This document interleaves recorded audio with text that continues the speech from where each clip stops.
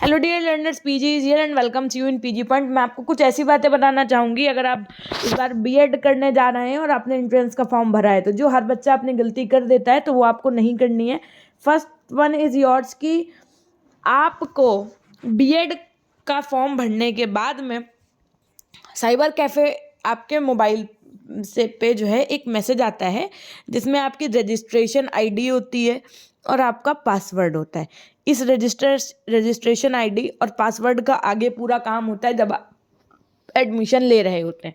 तो पहली बात तो इसको आपको संभाल के रखना है। बहुत बच्चे पासवर्ड खो देते हैं, फिर उनको दिक्कत होती है। एक कॉपी में लिख करके या फ़ोन में फ़ोटो खींच के या डेटा कहीं पे सेव कर लीजिए। दूसरी गलती जो बच्चे करते हैं वो ये करते हैं कि जब भी उनसे बैंक की डिटेल्स लगवाई जाती हैं, समझिएगा बात को, तो वो क्या करते हैं, अपने मम्मी का अकाउंट लगा देंगे, पापा का अकाउंट लगा देंगे। तो मेरी आपके लिए एक यही राय है कि आप अपना अकाउंट लगाइए, ठीक है। और दूसरा, आपको वैसा खाता नहीं लगाना है। कैसा वाला खाता नहीं लगाना है? बहुत बच्चे क्या करते हैं, जनधन वाला खाता लगा देते हैं, है ना। या जो बच्चे 18 से कम होते हैं वो क्या करते हैं, कुछ लोग तो माइनर वाला लगा देते हैं। तो इन चीज़ों से भी बचने का प्रयास करिएगा। जो नॉर्मल आपका सेविंग बैंक अकाउंट, ऐसी चीज़ें होती हैं वो लगाइएगा, वरना आगे रिफंडेबल जो मनी होता है उसको आने में दिक्कत होती है। ये दो ऐसी चीज़ें हैं जो हर बच्चा गलती करता है। अब आइए मैं बता दूं आपको कि अगर आपसे कोई गलती फॉर्म भरते समय या कहीं पे आपको कुछ समझ नहीं आ रहा है और अगर ऐसी हो जाती है तो आप कैसे संपर्क करेंगे, है ना। देखिए, जो यूपी बीएड जेई 2023 जो आपका होने वाला है, उसके लिए यहाँ पर मैंने कुछ आपको नंबर दिखाए हैं। ये आपके हेल्पलाइन नंबर हैं, ये आपका help desk toll free number है। जब आपको फॉर्म फिल करना है और कोई गलती हो जाए तो, या आप उनसे कुछ पूछना चाहते हैं कि एग्ज़ाम कब होगा, जो डिटेल्स आपको नहीं पता है ना, कोई जेन्युइन जानकारी अगर आप चाहते हैं, तो उसके लिए मेल आईडी भी इन्होंने दे रखी है, helpline@bujhashi.ac.in, ठीक। स्टेट कोऑर्डिनेटर आपके यहाँ पर प्रोफेसर एसपी सिंह जो आपका ये कर रहे हैं। और साथ में इस तरीके से ये इनकी वेबसाइट, और हमने आपको ये इसका स्क्रीनशॉट आप ले लो, जो इनके कॉन्टैक्ट नंबर्स दिए हुए हैं, जो इनकी मेल है, कि अगर इनकेस दिक्कत हो को जाए फॉर्म भरते समय या आपने गलत कुछ भर दिया हो तो उसको सही करने के लिए आप पूछ सकते हैं चीज़ें कि कैसे क्या होंगे, ठीक। अब ऑनलाइन आवेदन संबंधी कुछ जो आपके डिटेल्स हैं वो कौन कौन सी लगेंगी, वो हम आपके इस विषय में चर्चा कर रहे होंगे। देखिए, सबसे पहले तो आपका पूरा नाम, है ना, और नाम के साथ ये सब इक्का सूचक शब्द भरना नहीं है। ये नहीं कि लिख दो कुमारी, ये को है ना, श्रीमती, ये श्री, ये सब नहीं लिखना है। पिता का नाम लिखना है। उसके बाद में यहाँ पर भी आपको नहीं, किसी के पापा डॉक्टर होंगे तो ये नहीं लिखना है कि डॉक्टर फलाने, है ना, श्री श्रीमान, इसका यूज़ नहीं करना है आपको। माता का नाम के आगे भी आपको इन चीज़ का यूज़ नहीं करना है, सिर्फ और सिर्फ माता का नाम लिखना है। जैसे मान लो श्रीमती रमा कुमारी नाम है तो आप सिर्फ रमा कुमारी लिखेंगे, श्रीमती नहीं लगाएंगे, ठीक। जन्म तिथि जो है वो आपकी हाई स्कूल की जो मार्कशीट है उसके हिसाब से भरी होनी चाहिए।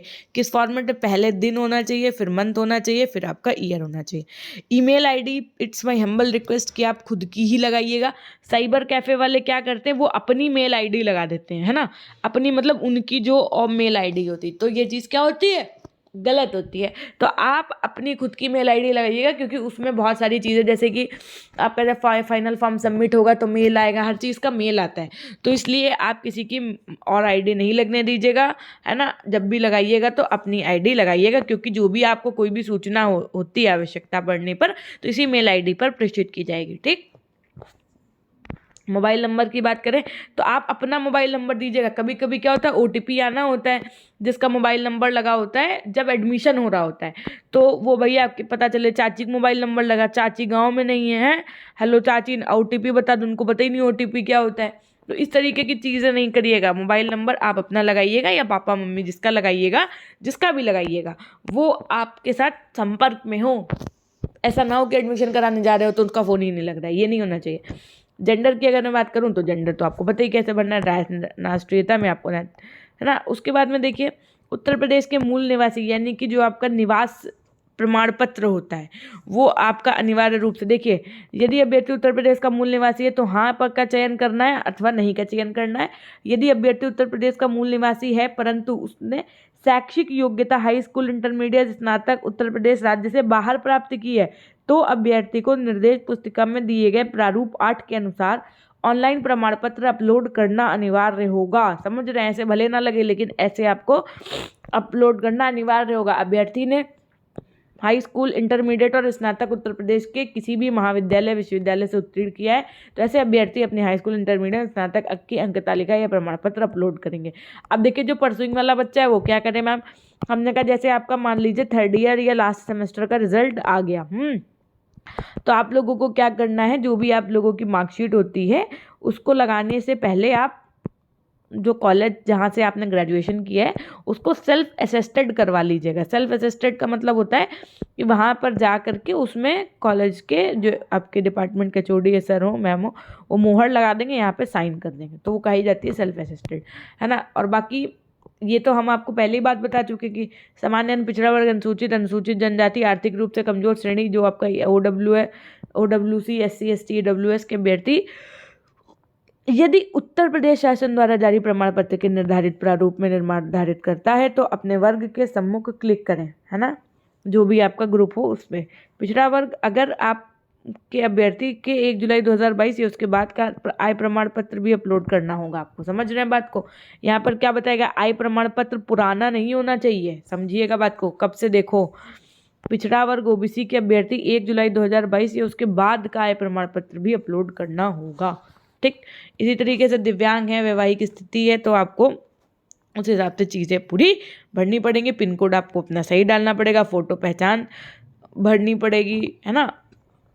फोटो व अभ्यर्थी के सिग्नेचर यहाँ पर इन्होंने पूरा दे रखा है, कितने KB और किस फॉर्मेट में होनी चाहिए।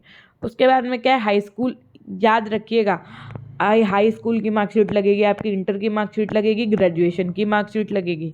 उसके बाद में अगर आपने पोस्ट ग्रेजुएशन से बढ़ना है तो पोस्ट ग्रेजुएशन की भी मार्कशीट लगेगी। तो ये आपकी एक छोटी सी जानकारी थी। अगर आप इस बार BEd करने जा रहे हैं तो देखिए, ये है आपके पास चक्षु पब्लिकेशन की किताब, जिसमें आपको जो आपका कला वर्ग के बच्चे हैं उनके लिए क्या कहा गया, ये आपकी सामान्य गाइड है, स्टडी गाइड बुक है। अभी हम आपको इनका सॉल्व पेपर, जो आपका प्रैक्टिस सेट है वो भी दिखाएंगे। जो आपकी स्टडी गाइड बुक है इसमें 2700 से ज़्यादा आपके महत्वपूर्ण प्रश्न है, 6 आपके सॉल्व पेपर है व्याख्यात्मक हल के साथ में, ठीक है। देखिए यहाँ पर आपको सब चीज़ें क्लियर हो जाएंगी। पहले इन्होंने क्या दे रखे, 5 जो है आपके 6 पूरे सॉल्व पेपर दे रखे हैं पिछले। उसके बाद में जो आपके एग्जाम होने हैं उनके अकॉर्डिंग इन्होंने टीचिंग कैटेगरी डिवाइड की है। जैसे सेक्शन A में इन्होंने सामान्य ज्ञान से संबंधित चीज़ें बताई है, और सबसे बड़ी बात कि 1 लीनियर में बताया है, तो इसी से MCQs आपके बनने के पूरे चांसेस रहते हैं। सेक्शन B हिंदी में इसी तरीके से इन्होंने सारे विषय को सेक्शन वाइज डिवाइड कर दिया। जैसा कि आप देख पा रहे हैं, इस तरीके से आपका प्रश्न पत्र दिया होता है। यहाँ पर पहले आपको प्रश्न पत्र देंगे, उसके बाद में उसका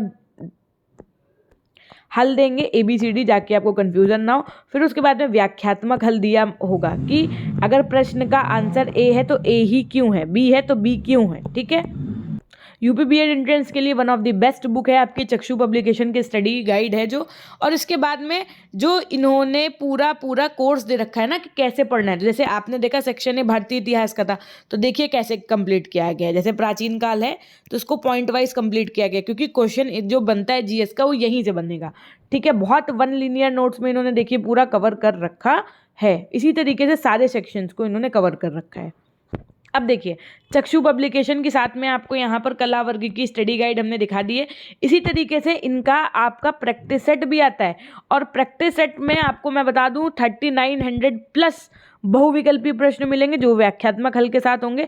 6 आपको सॉल्व्ड पेपर मिलेंगे जिसका व्याख्यात्मक हल होगा 2017 से 2022 तक, और 15 प्रैक्टिस सेट आपको इस किताब के अंतर्गत देखने को मिलेंगे, ठीक है।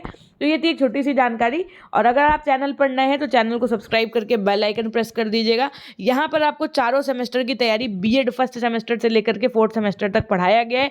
तो अगर आपने पढ़ना है भाई, सीधी सी बात है, BEd करना है तो आप चैनल को अभी से ही सब्सक्राइब करके बेल आइकन प्रेस कर लीजिएगा। PG पॉइंट ऑफिशियल के नाम से हमारा इंस्टाग्राम ID है, आप हमसे वहाँ से जुड़ सकते हैं। जो भी आपके मैसेज हो आप हमें पूछ सकते हैं, या कमेंट सेक्शन में कमेंट करके पूछ सकते हैं, या फिर आपको मैं बता दूँ PG पॉइंट के नाम से हमारा टेलीग्राम चैनल और एप्लीकेशन भी है, वहाँ से भी जुड़ जाइएगा। ये थी एक छोटी सी जानकारी। मिलते हैं हम आपसे नेक्स्ट वीडियो के माध्यम से, तब तक के लिए अपना ध्यान रखिएगा।